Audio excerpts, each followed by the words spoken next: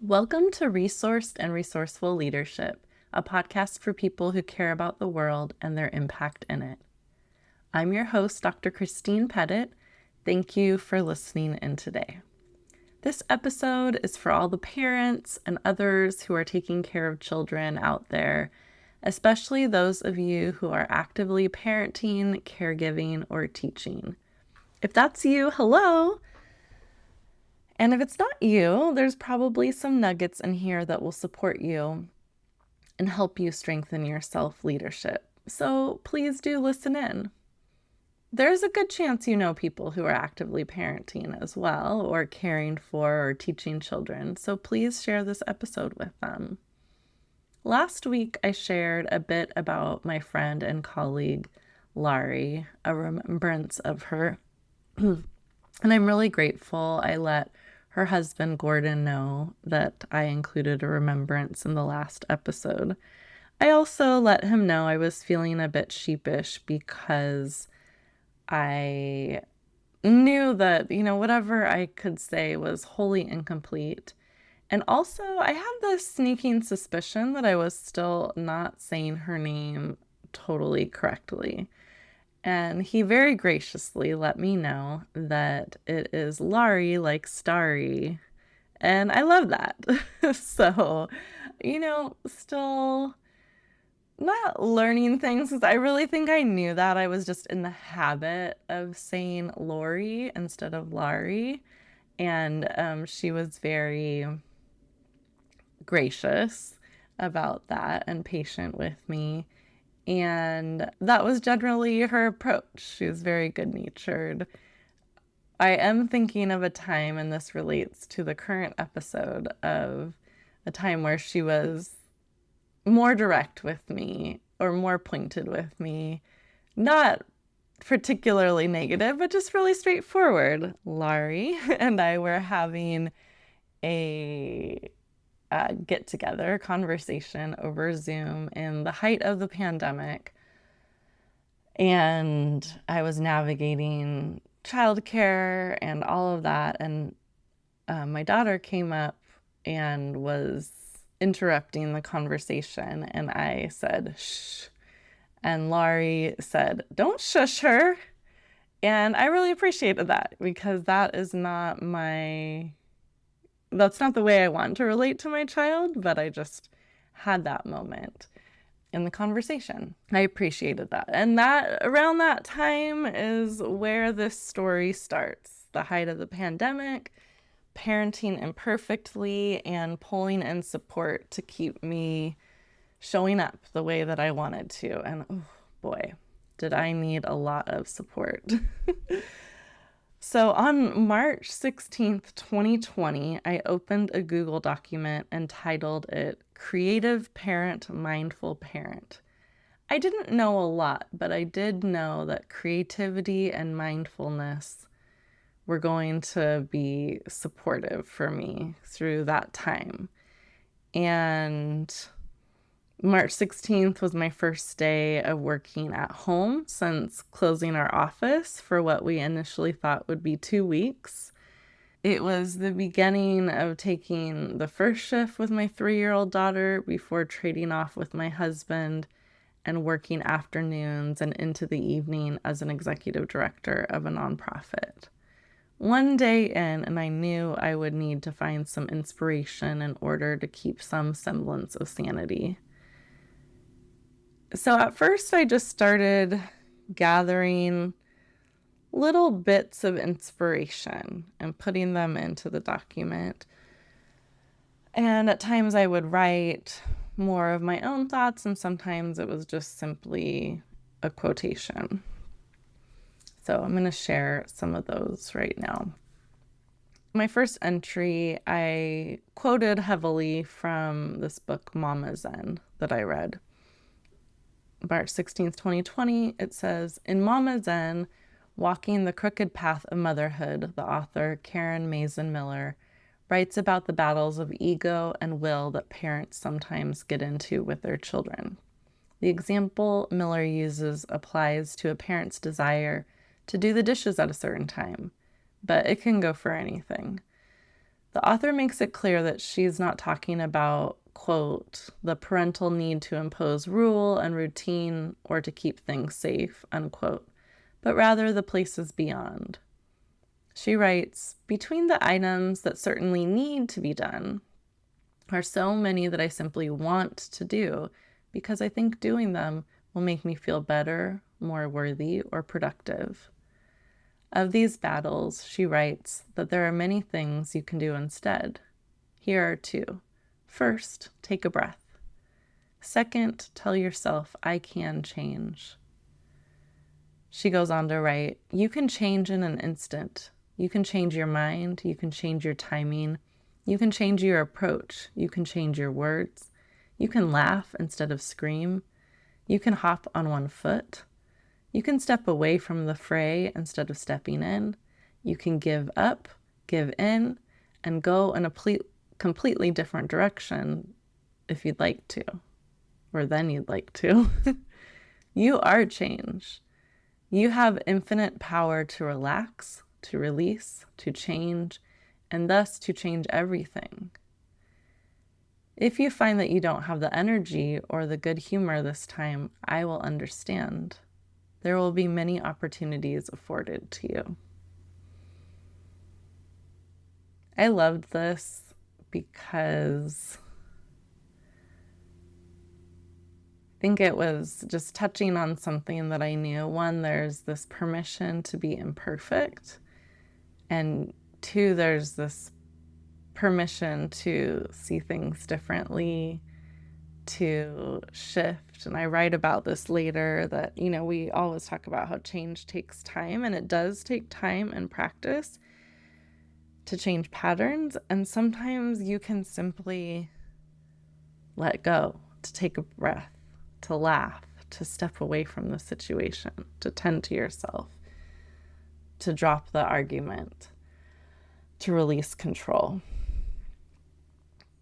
The next entry was the next day, March 17th, and in that one I simply wrote, God grant me the serenity to accept the things I cannot change, courage to change the things I can, and wisdom to know the difference. That, of course, is the Serenity Prayer by Reverend Reinhold Niebuhr.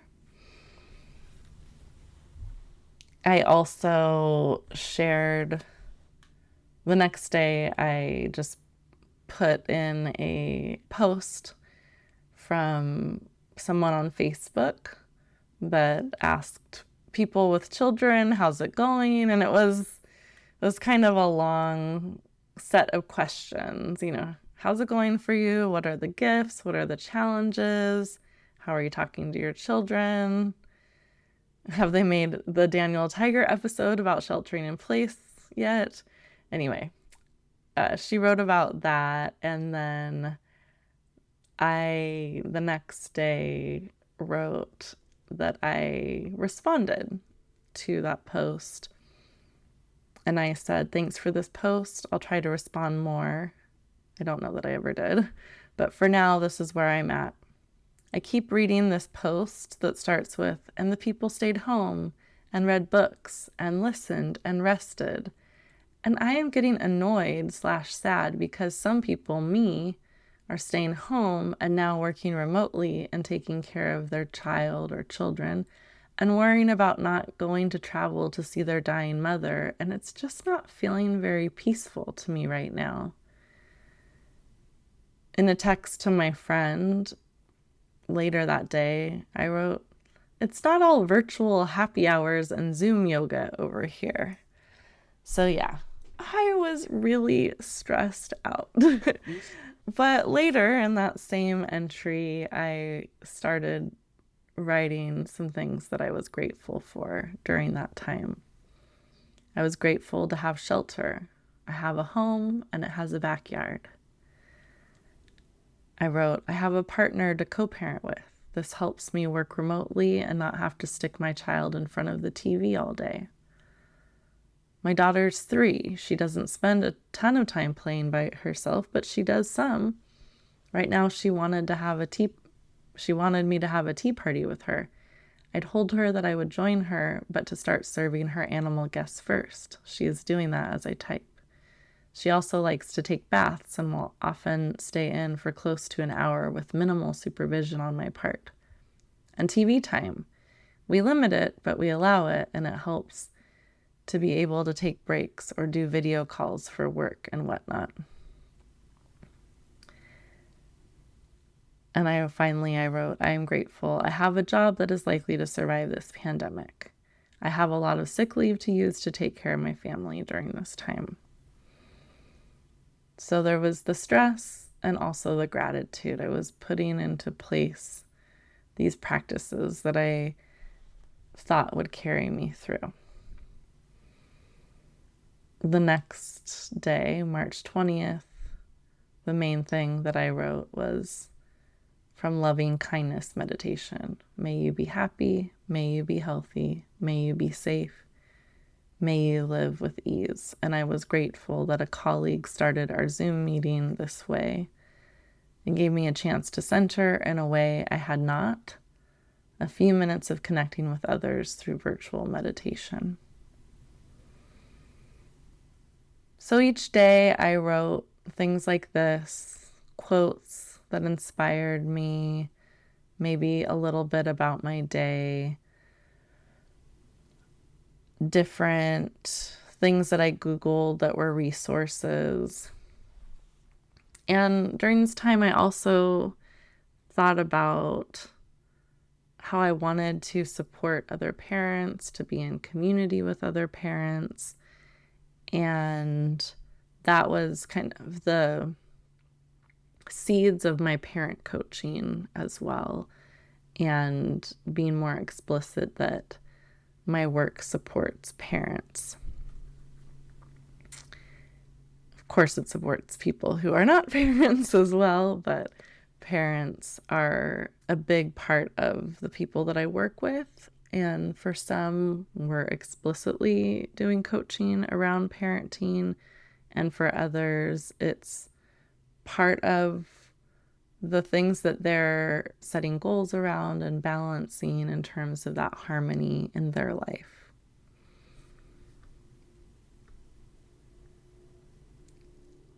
So these, like, in addition to the seeds for my parent coaching, and I did do a workshop, a virtual workshop for parents in the pandemic, but this was also or I guess these entries were also the seeds for a book idea that I started working on and worked on for about a year and more. So I'll share a little bit about that. But the idea was to write a book that was like daily, kind of a daily affirmation book for parents, and that would blend insights from child development, mindfulness, and leadership coaching. And that's the framework for the parent coaching that I do as well.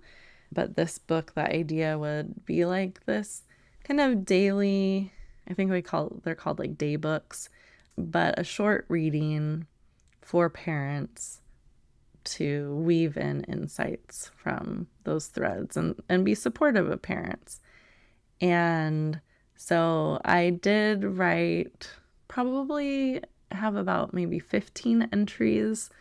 So definitely had more to write for that book. And then I have about 60 ideas listed out of things I could write each day. And my goal was to get about 3 months worth of entries done and then shop it around, do like a nonfiction book proposal and shop it around.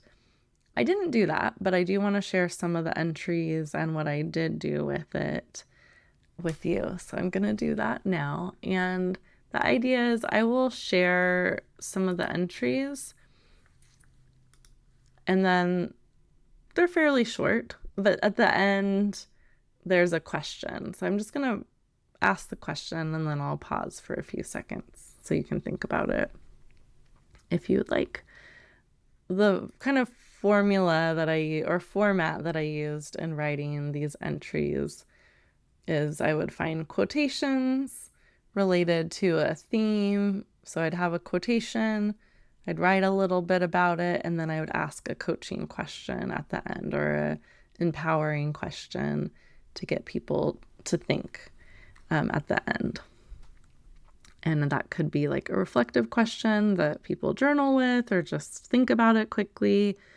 So I want to share one quote here. It's from Robert Pirsig, Zen and the Art of Motorcycle Maintenance, an inquiry into values. But I must have found this quote when I was thinking about how we label kids sometimes. And I talked about being kind of upset about some stuff happening with my daughter's class. And part of it just related to thinking about how we label children. So anyway, this quotation says, if someone's ungrateful and you tell him he's ungrateful, okay, you've called him a name. You haven't solved anything. Again, I didn't use that quotation for any entry, but I like it and I wanted to share it right now. So this entry, it's called water. If they're crabby, put them in water. That's from Sark, How to Really Love a Child. Water is cleansing, refreshing, and critical for life. Sometimes all that is needed to shift your child's mood is a warm bath, a water table to splash about in, or a sprinkler to run through. This can work wonders for parents as well. If you're feeling crabby, put yourself in water. Set aside time for a soak in a bathtub or jacuzzi, a swim in a pool, or dip your toes in a nearby body of water. Even simply washing your hands or face mindfully, or sitting and sipping on a cool glass of water can help you reset. Listening to the sound of rain or ocean waves can calm the mind. How can water support you in your practice of living and parenting mindfully?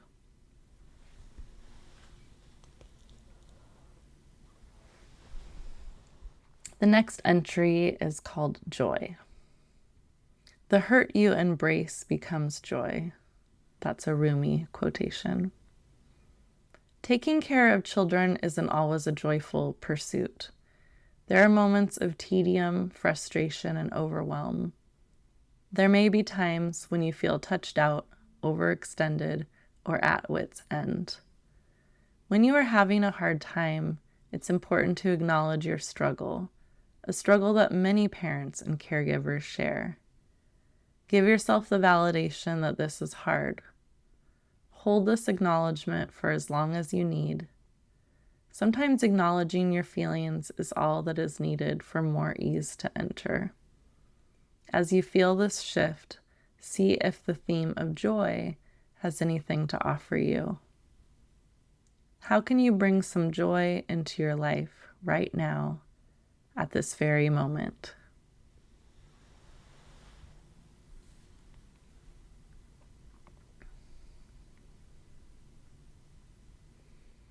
And then this final entry that I'll share with you is the theme is grace. You are imperfect, permanently and inevitably flawed, and you are beautiful. And Amy Bloom said that. Too often I hear parents expressing worry about failing their children. Mom fail is a sort of jokey expression that's bandied about for all manner of oversights and mishaps. And then there's the deeper expressions of, I don't want to fail her, or I totally failed my son, that come up around a variety of topics, from losing one's temper to not reading one's child the right books or enough books, or forgetting to pack their dance shoes or soccer cleats, or not having the money to buy the gift they want for their birthday. The list of potential failures is endless. Fail is such a heavy and final word, and it is the epitome of either or thinking. But your relationship with your child isn't either a failure or a success. And you yourself are not a failure or success either. You are a human. Your awareness of how you want to treat your child and of their developmental needs are fertile ground for the relationship you are cultivating. Hold on to your intentions, but do not beat yourself up with them. Extend yourself some grace, and you will be better able to give grace to your child and those around you. When you think of grace, what image comes to mind? What wisdom is here for you?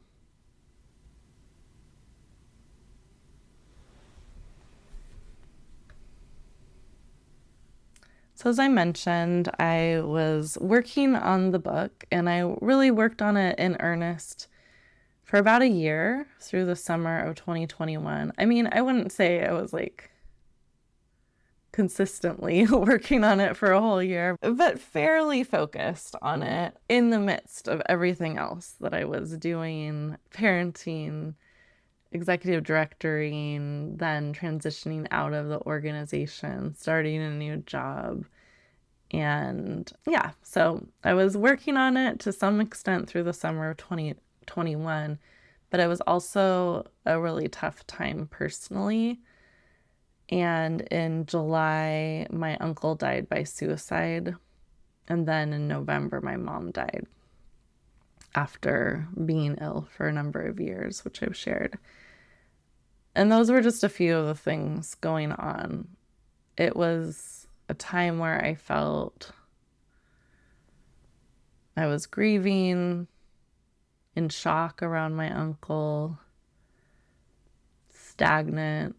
feeling stagnant in some ways, and stressed out and strained. So there was a lot going on.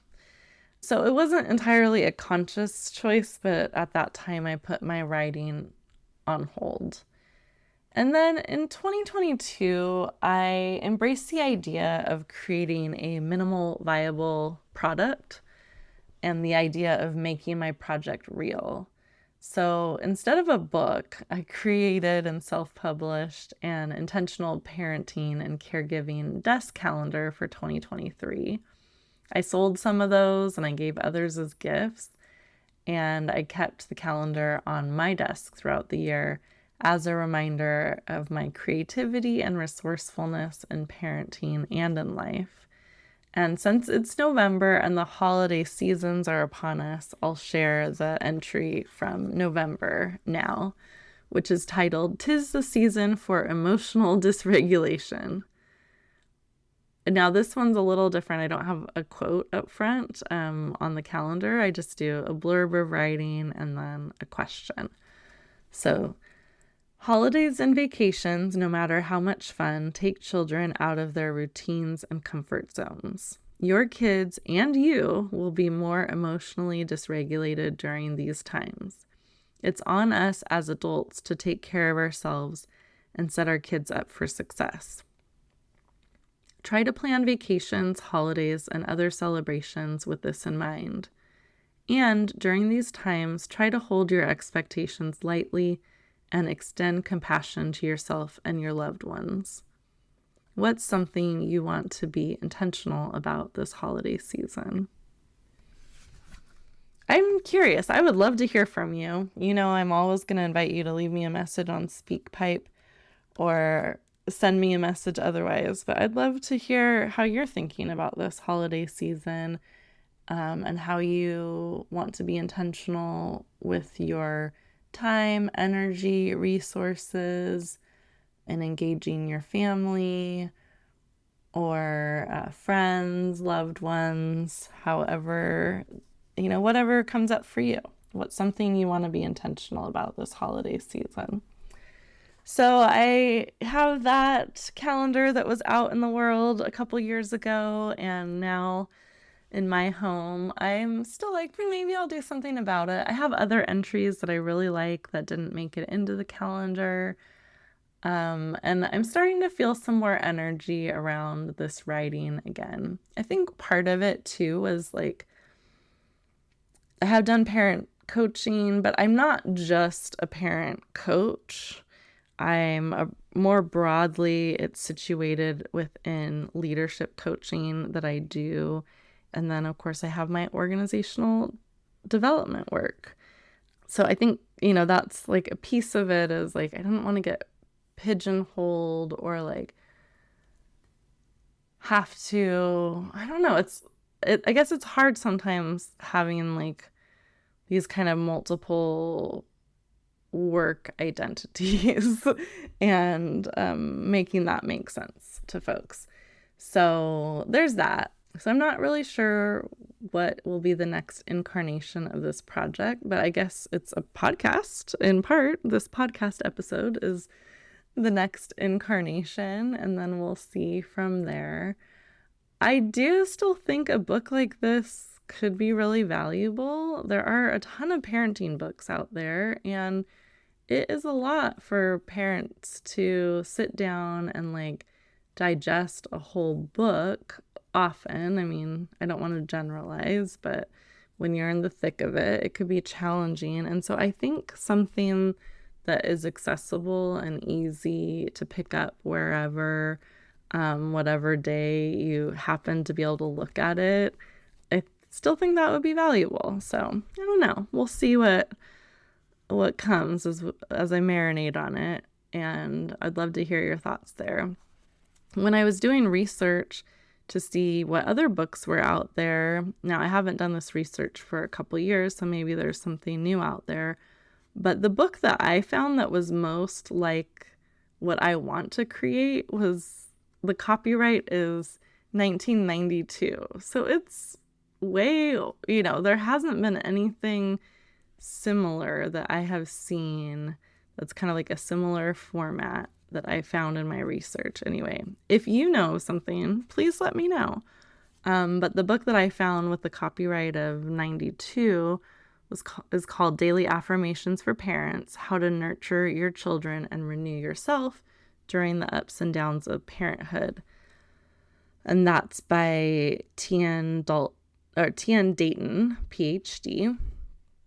So I thought I would flip to today's entry, and I liked it. So I'm going to share it with you as I get ready to close out this episode. So this one, the theme is my own behavior for November 12th. Today I will treat my children as I wish to be treated, and I will behave toward them the way I would like to see them behave in the world. Some of what my children do is just being who they are and part of childhood. Some is a reflection of what they model from me. I remind myself that my actions speak much louder than my words. And whatever I do, they will feel they have my permission to do themselves. Children learn by watching and doing. I will pay attention to what I say to them and the message I send to them by how I act. I can teach them more about how to behave by actually behaving that way myself than by talking to them about it. I will take responsibility for my behavior, knowing that it is what I am setting as an acceptable standard for my child. I observe my own actions. And there's a quote at the end by Charles Kingsley. I don't know who that is. I'll have to look him up. But it's just kind of silly. The loveliest fairy in the world, and her name is Mrs. Do As You Would Be Done By. So I like that. And this, I observe my own actions, resonates to the way that I approach how I try to show up as a parent, and then how I work with other parents in parent coaching. A lot of times people come to me and they want to focus on their child's behavior. And I really encourage people to look at